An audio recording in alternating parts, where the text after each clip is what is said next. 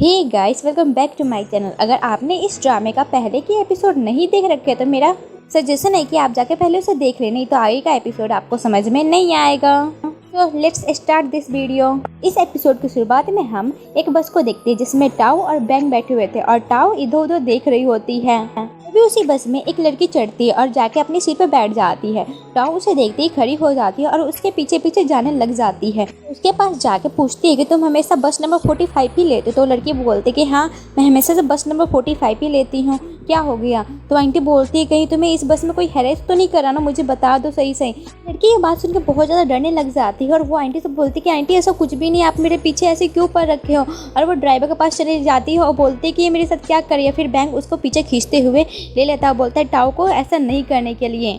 Next scene में हम police वाले के सामने इन दोनों को देखते हैं, जहाँ पे पुलिस वाले बोलते हैं कि ये तुम्हारी तीसरी बार है, तुम्हें कितनी बार करोगी और सबको क्यों परेशान करती रहती हो। मैं बोल रहा हूँ ना कि हम तुम्हारे केस पे बहुत ज़्यादा इन्वेस्टिगेशन कर रहे हैं। और वो टाव जाके वहाँ उधर में खड़ी हो जाती है और बैंक उनसे सॉरी बोलने लग जाता है। बोलता है कि आज के बाद ऐसा नहीं होगा। और हमारा सीन शिफ्ट होता है मिस्टर जैंग के पास, जो बहुत ज़्यादा बुरी हालत में पड़े हुए रहते हैं। और वहाँ पे जियांग आता है चिल्लाता और बोलता है कि एम्बुलेंस को जल्दी से बुलाओ। हम हॉस्पिटल का सीन देखते हैं जहाँ पे हेयुंग का इलाज चल रहा था और डॉक्टर उसे यहाँ पे आराम करने के लिए बोलती हैं। और वो लोग जैसे ही बाहर निकलते तो बाहर में जियांग मिल जाता है और उनसे बोलता है तुम ही लोगों ने इन्फॉर्मेशन दिया था ना मिस्टर जैंग को कि बस में एक बम है, तुम लोग बताओ कि क्या हुआ था अच्छे से और मुझे सारी डिटेल जानना है। तो वहाँ पे डॉक्टर आते हो बोलते हैं कि तुम पेशेंट से ऐसे नहीं बोल सकते, इसे मैंने रेस्ट करने के लिए बोला है, तुम पुलिस हो तो कुछ भी करोगे, इन्हें रेस्ट करना है। वहाँ से ली सिजिंग और हेयुंग निकल जाते हैं। नेक्स्ट सीन में हम ली सिजिंग और हेयुंग को देखते हैं, जहाँ पे ली सिजिंग हेयुंग से बोलते हैं कि हमें अगली बार टाइम लूप में जाएंगे ना तो हम किसी को भी हर्ट नहीं होने देंगे। तो हमारा हेयुंग बोलता है कि हम जाएंगे या नहीं जाएंगे क्या पता, क्योंकि सभी पैसेंजर बच चुके हैं सिवाय मिस्टर जैंग के, जो कि बहुत ज़्यादा ही हर्ट हो चुके हैं उस बम से।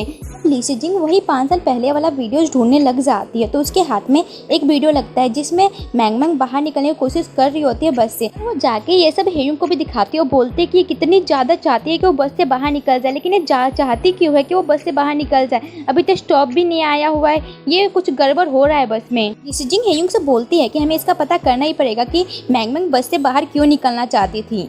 नेक्स्ट में हम उसी वीडियो को देखते हैं जिसमें मैंग का एक्सीडेंट हुआ रहता है और ये हमारी डायरेक्टर डू देख रही होती है वीडियोस को और सोचती है कि ये बस स्टॉप आने से पहले ही मैंग क्यों उतर गई बस से। और वहाँ पे बस कंपनी वालों को भी बुलाया जाता है और उस बस के ड्राइवर को भी बुलाया जाता है ताकि उनसे पूछताछ किया जा सके। डायरेक्टर डू सबसे पहले बस ड्राइवर से पूछताछ करती है और पूछती है कि तुमने मैंग को बस स्टॉप आने से पहले क्यों उतार दिया बस से।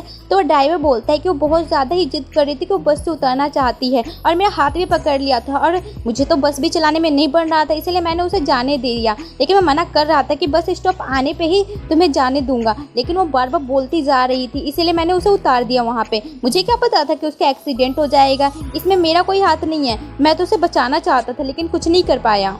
तो बार बार वही सारे क्वेश्चंस पूछ रही होती है और वो बस ड्राइवर बहुत ज़्यादा फ्रस्ट्रेटेड हो जाता है और उस पर ही चिल्लाने लग जाता है। बोलते हैं कि मैं यही सवाल के कितने बार जवाब दूं, मैंने बोल दिया ना कि मैंने कुछ भी नहीं किया, उसने बोला था मुझे उतारने के लिए तो मैंने उतार दिया। और वो खड़ा होकर चिल्ला के यही बात बोल रहा होता है। अब सब कोई बस ड्राइवर को शांत करवाते और बैठा देते अच्छे से और वो रोते रोते भी यही बोल रहा होता है। बस कंपनी वाला सारा इन्फॉर्मेशन प्रोवाइड करवाता है डायरेक्टर डू को, जिसपे बैंक का भी साइन रहता है कि उन्हें सारी इन्फॉर्मेशन चाहिए इस एक्सीडेंट के बारे में और वो अच्छे से जांच पड़ताल करना चाहते थे। तभी उन्हें एक बस का वीडियो मिलता है जहाँ पे सभी पैसेंजर के अंदर से हमारी मैंग निकल रही होती है और वो जाके बस ड्राइवर को बोलती कि बस ड्राइवर प्लीज़ आप मुझे नीचे उतार दो, मुझे नीचे जाना, मुझे इस बस में नहीं रहना। लेकिन बस ड्राइवर मना कर रहा होता है। तभी भी मैंग बोल रही होती है बस ड्राइवर को कि मुझे नीचे जाना है तो जाना है, मुझे उतरना है तो उतरना है, उतारो जल्दी। देन मैंग उस बस का स्टीयरिंग पकड़ने लग जाती है तो ड्राइवर उसे पीछे करता है और बोलता है कि मैं उतार रहा हूँ। तो वह उतरने जाती है, तभी वो पीछे में घूम के देखती है तो डायरेक्टर डू बोलते हैं कि ये किसको देख रही है उसका पता लगाओ। देन बस कंपनी वाला बोलता है कि उधर से नहीं पता चल सकता क्योंकि वहाँ पे सीसीटीवी कैमरास नहीं लगे हुए हैं कि वो किसको देख रही है। सीन में हम हॉस्पिटल का सीन देखते हैं जहाँ पे जियांग बैठा हुआ रहता है और मिस्टर जैंग के फैमिली मेंबर बैठे हुए रहते हैं और वहाँ पे डॉक्टर आती है। तो जियांग दौड़ा जाता है डॉक्टर के पास और बोलता है कि मिस्टर जैंग कैसे है। तो डॉक्टर बोलते हैं कि मिस्टर जैंग अब नहीं रहे। ये सुनते ही सभी बहुत ज़्यादा इमोशनल हो जाते हैं और जियांग का तो हालत ही बहुत ज़्यादा ख़राब हो जाता है, हमें पता है ना, क्योंकि वो मिस्टर जैंग को भाई की तरह मानते थे और मिस्टर जैंग भी तो जियांग को भाई की तरह मानते थे। और फिर डायरेक्टर डू को भी ये सब पता चल जाता है कि मिस्टर जैंग नहीं रहे।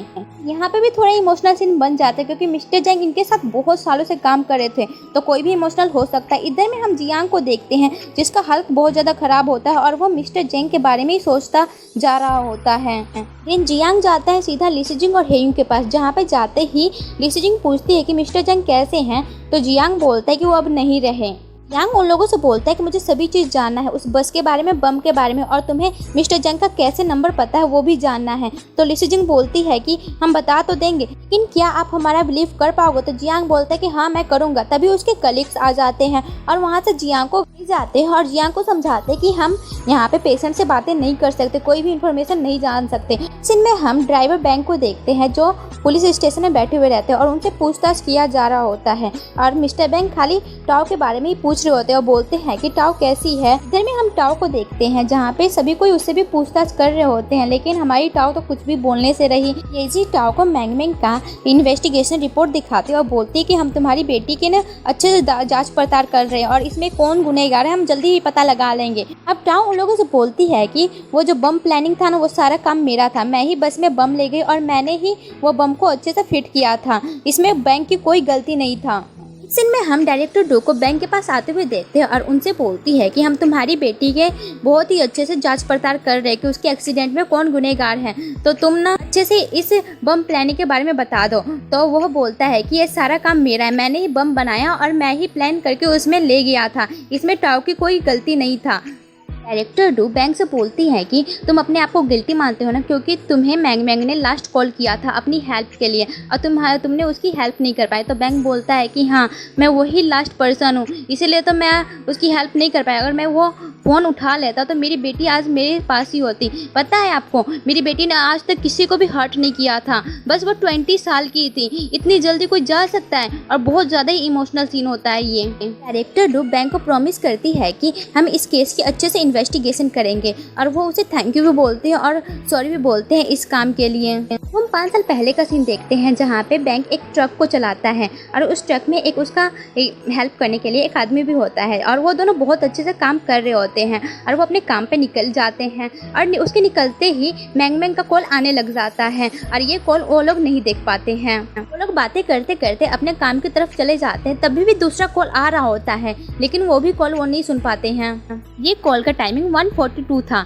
और दूसरा कॉल भी आने लग जाता है। तभी वहाँ पे ड्राइवर बैंक आ ही रहा होता है कि तभी वहाँ से कोई आवाज़ दे देता है ड्राइवर बैंक को और फिर से वो अपने काम की तरफ चले जाते हैं।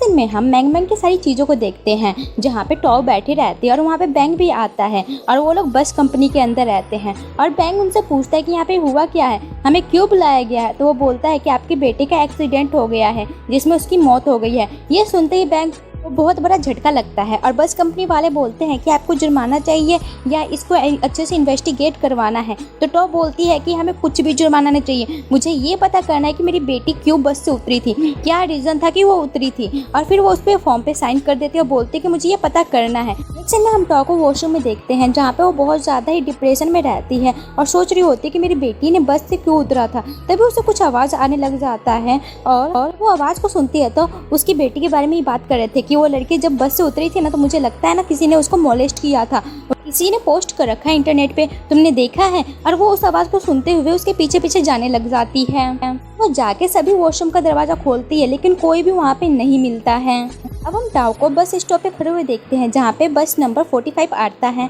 तब वो डोर खोलता है और सबसे पूछता है कि किसी को उतरना है। जैसे वो टाओ को देखता है तो अपना डोर जल्दी से बंद कर लेता है और टाओ को आने नहीं देता है उस बस में और अपने बस को एकदम जल्दी से भगा लेता है। और टाओ पीछे से चिल्लाती रहती है कि बस को रोको, बस को रोको, और वह बेचारी नीचे गिर जाती है। फिर उसे बैंक संभालता है। वो लोग वहाँ से जाने लग जाते हैं। बैंक उसे समझाता है कि मुझे लगता है ना मैंग घर वापस आना चाहती थी इसलिए वो उतरी थी, तो तुम्हें इतना ज़्यादा नहीं सोचना चाहिए। वो चाहती है कि हम अपना हैप्पी लाइफ जिए और वो यही चाहती होगी अभी भी, लेकिन टॉक कुछ भी सुनने के लिए तैयार नहीं थी। और यहीं पे हमारा एपिसोड का एंडिंग होता है। Thank you for watching and don't forget to subscribe my channel. So bye bye, मिलते हैं अगले वीडियो में।